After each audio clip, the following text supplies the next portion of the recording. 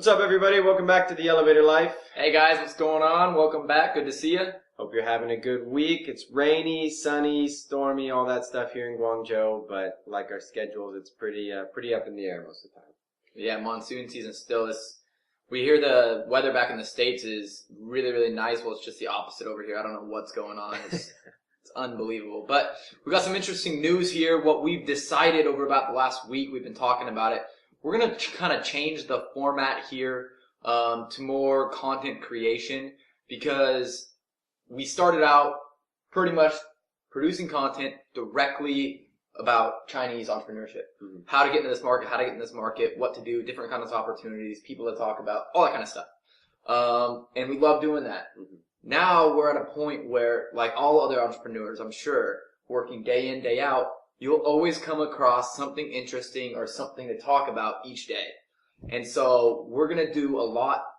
We're going to try it out, see how it works. Yeah. But we're going to do a lot of shorter videos. So they're not going to be a lot dragged out. They're not going to be as solidified as topics. Yeah. But they're going to be a lot of content creation. Just when we run in something in our day that we think is interesting, we can go ahead and shoot a video about it. So we're going to start pumping some content out through in that kind of format and see what you guys think. Yeah, we kind of want to broaden, I guess, the scope of what we talk about here. We've really covered China really well, getting into the Chinese market, and we think we can just, help more people out with this kind of content where it's still focused, it's still great information, it's just more, I guess, compact, collected, and, easier for you guys to digest.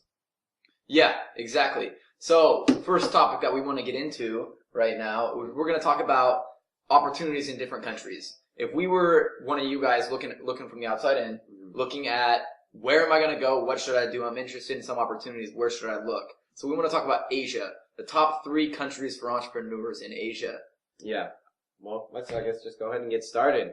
Obviously, Asia, very, very big region of the world, a very developing place. I mean, all over every country, everywhere you're looking, it's pretty, there's a lot going on.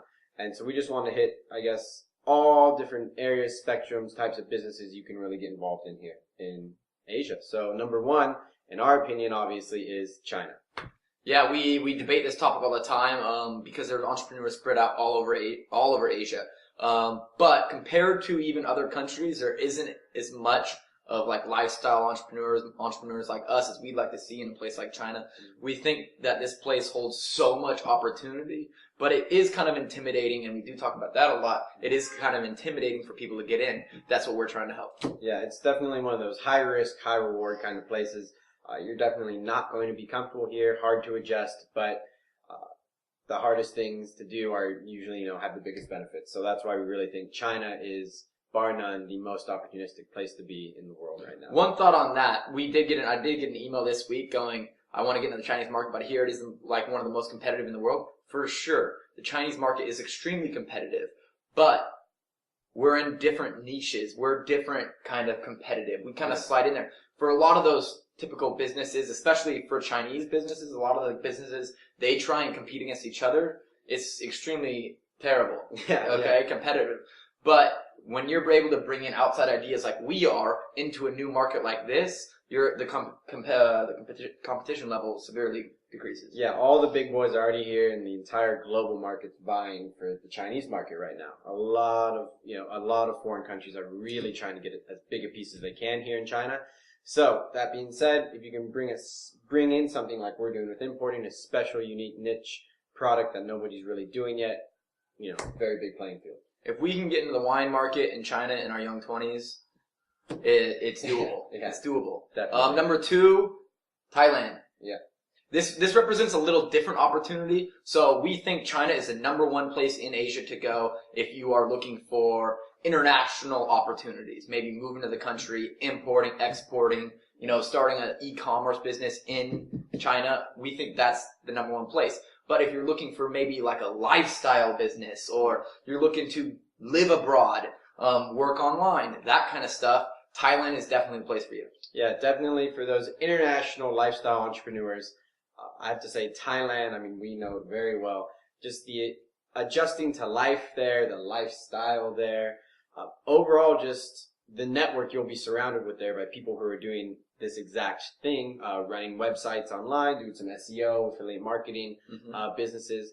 This is a great place to be. Very comfortable, very affordable, and overall just a great pace of life, and you have a great network there. So a lot of support is already existing in Thailand. So if you want to go somewhere where the market's already been very rather developed, Thailand's a great choice. Yeah, great place to live. Gonna meet some cool people, see some awesome things, and like Asia, it's cheaper. You're gonna have a lower budget, be able to work online, all that kind of stuff. So Thailand, pretty much for us, is our number 2 for internet entrepreneurship. Yeah, definitely. Real quick, wanted to say Sean Ogle had to start there. He's on his 4th year this year, which is pretty cool. So congratulations to him. And also, if you guys haven't really heard of, I'm sure you have, but Cody McKibben, lifestyle guy, kind of live anywhere, do anything, entrepreneurship, very supportive of what he's up to as well. A lot of guys have gotten their starts there, so definitely check that out. Yeah.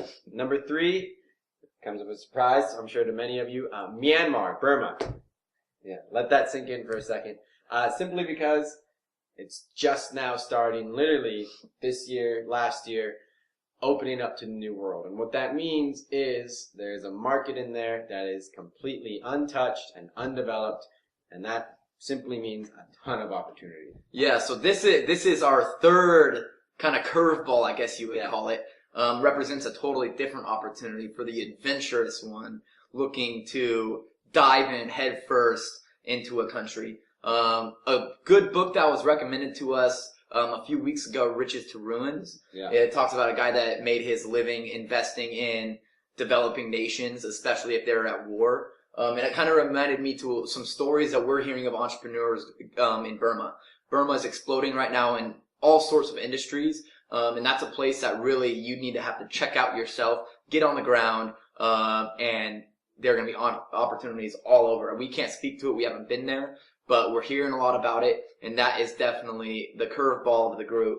But it represents opportunities galore. Yeah, I mean, definitely look at the trends of the past, and they'll show you what's going to happen in the future.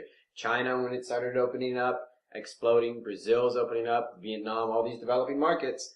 Myanmar has been one of the most closed-door ones to date. And now that it's open, that means there's a lot of development to be done that, very adventurous people can take advantage of. Development means opportunity, guys. So yeah, that's our list of the top 3 opportunistic markets here in Asia. Yeah, we think this really resonates with anybody who wants to be involved in international entrepreneurship.